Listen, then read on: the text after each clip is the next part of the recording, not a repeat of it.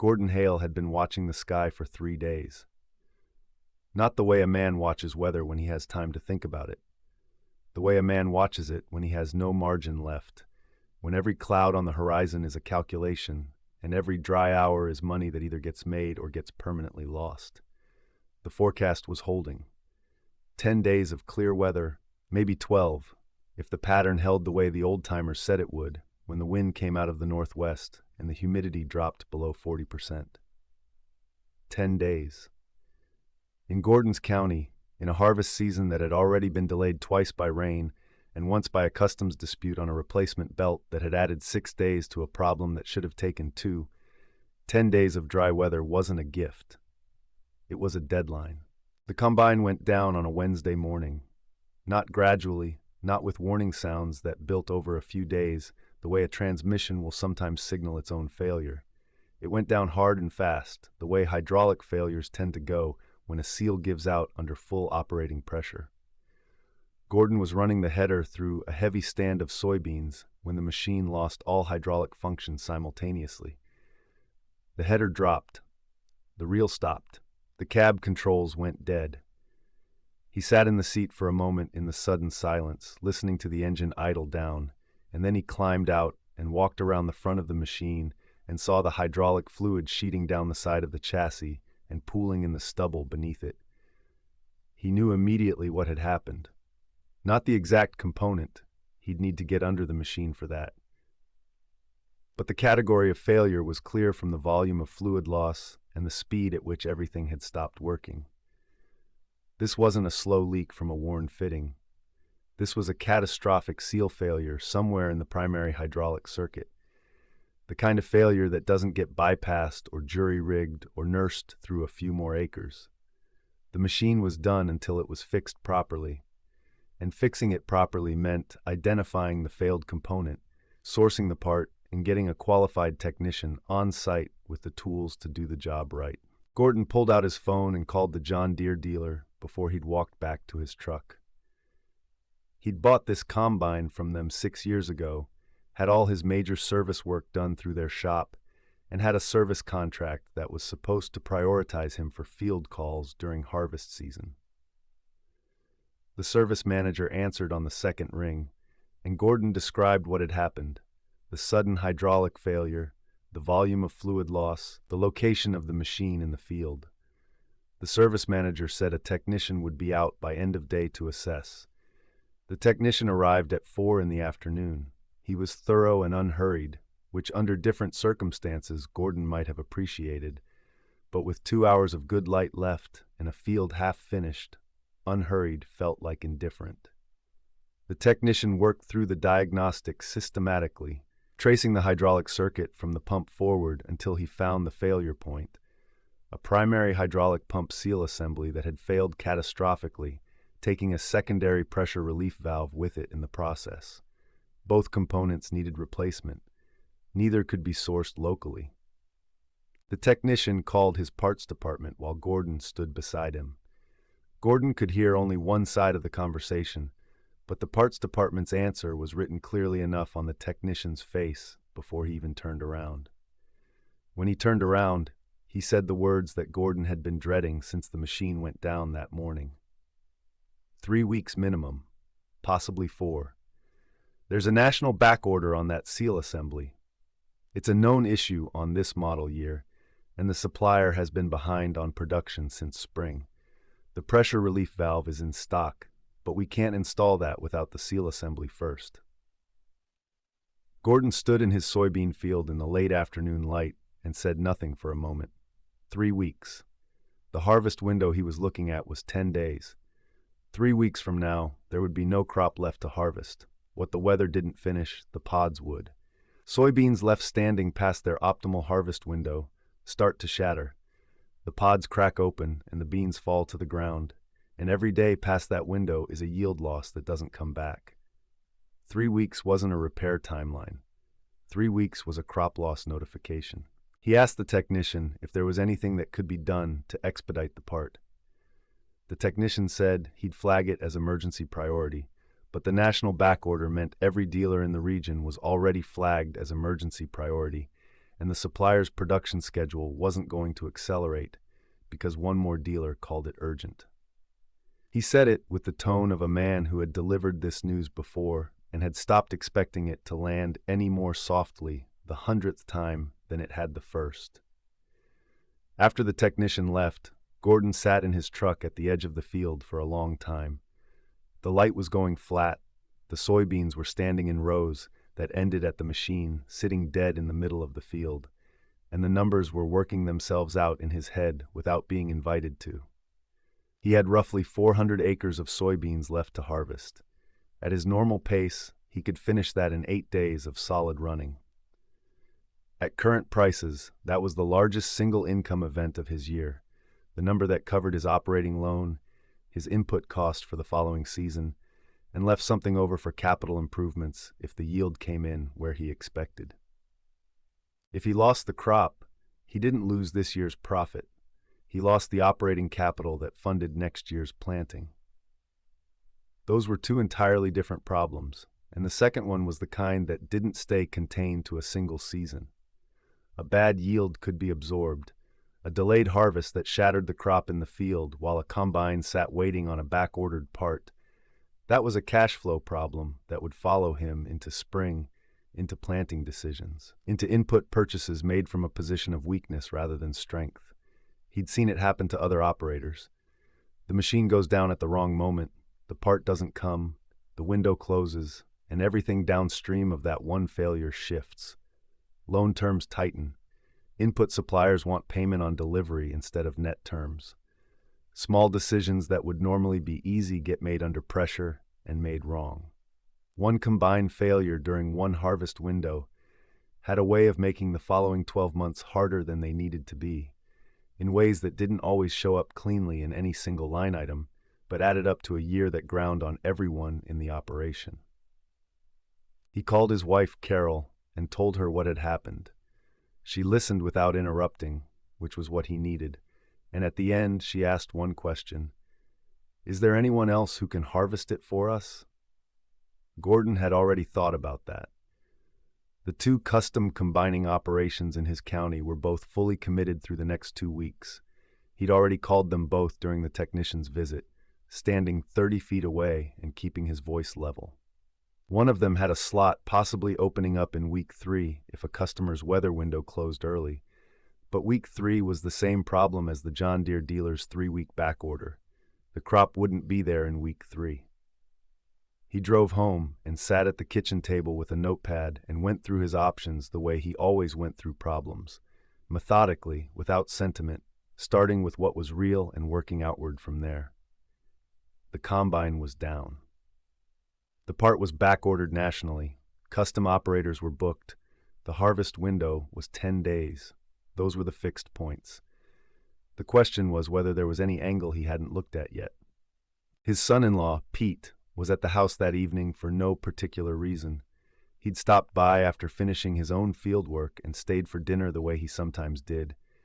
And he was sitting at the other end of the table, listening to Gordon work through the problem out loud. Pete farmed a smaller operation on ground he'd rented from his father, and he ran Massey Ferguson equipment, had since he started, partly because his father had run it, and partly because the dealer relationship in the next county over had been consistently good to him.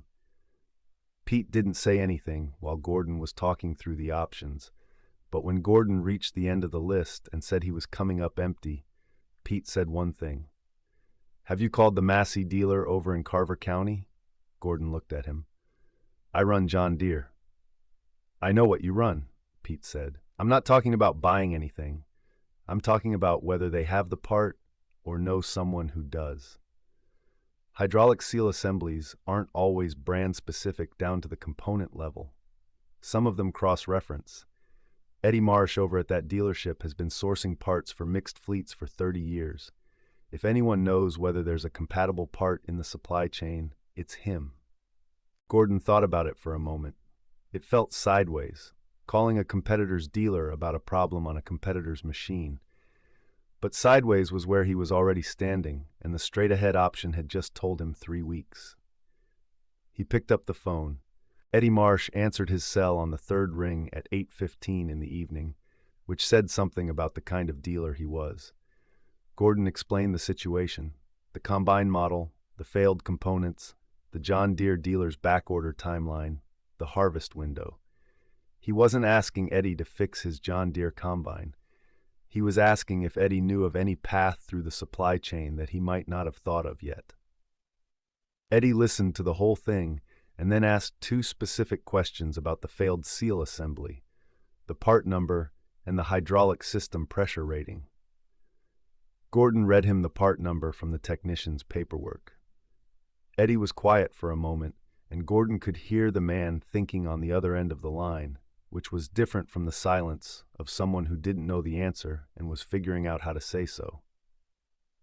"That seal assembly has a cross-reference to a component we use in our mid-size combines," Eddie said finally.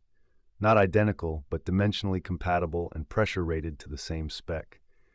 We've used it as a substitute before in the field when the OEM part wasn't available. I've got 2 in stock. The pressure relief valve is standard. I've got 4 of those." Gordon was very still for a moment. "You're telling me you have the parts." "I'm telling you I have parts that will do the job," Eddie said. "I can't promise they'll perform exactly like the OEM components over the next 5 years, but for getting your machine running through this harvest season, yes. And I can have my best field technician on your combine tomorrow morning at 7 if you want him there." Gordon wanted him there.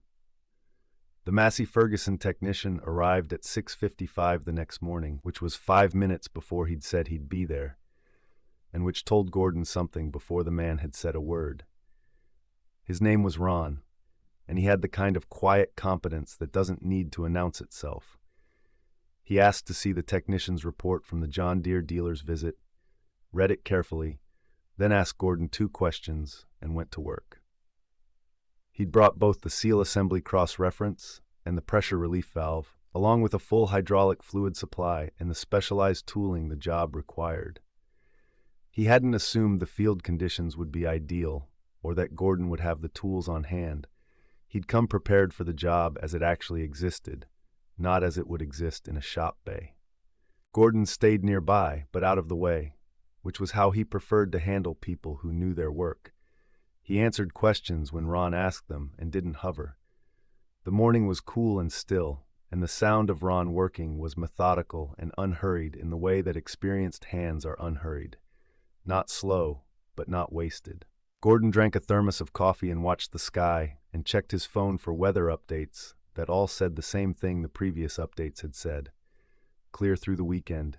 He had the window. He just needed the machine.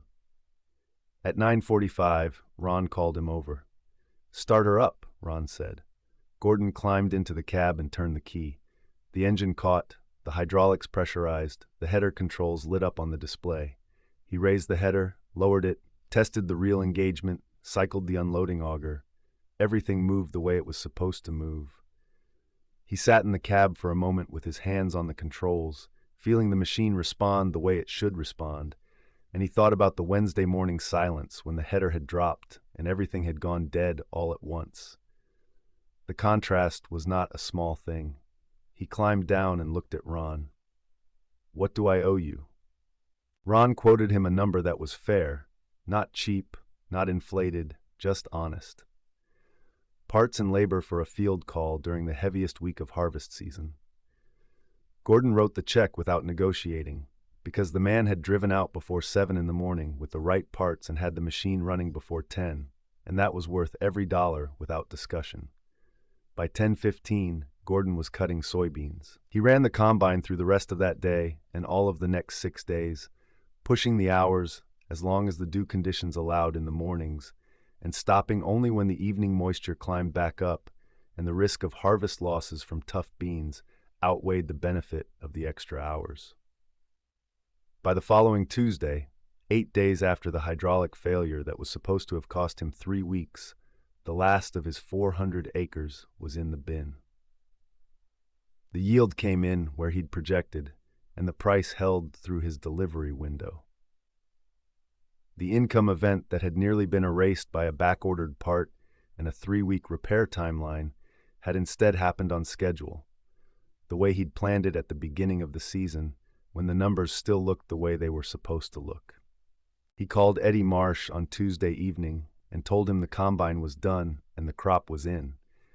Eddie said he was glad it worked out. Gordon asked him what he would have done if he hadn't called, if the 3-week back order had been the final answer. Eddie said, without any particular drama, that he'd have helped whoever called him, regardless of what brand of equipment the problem was on. Parts are parts, Eddie said, and farmers are farmers. I'm not going to let a man lose his crop because he didn't buy green equipment. Gordon thought about that for a while after the call ended. He'd farmed for 26 years and bought John Deere equipment for all of them.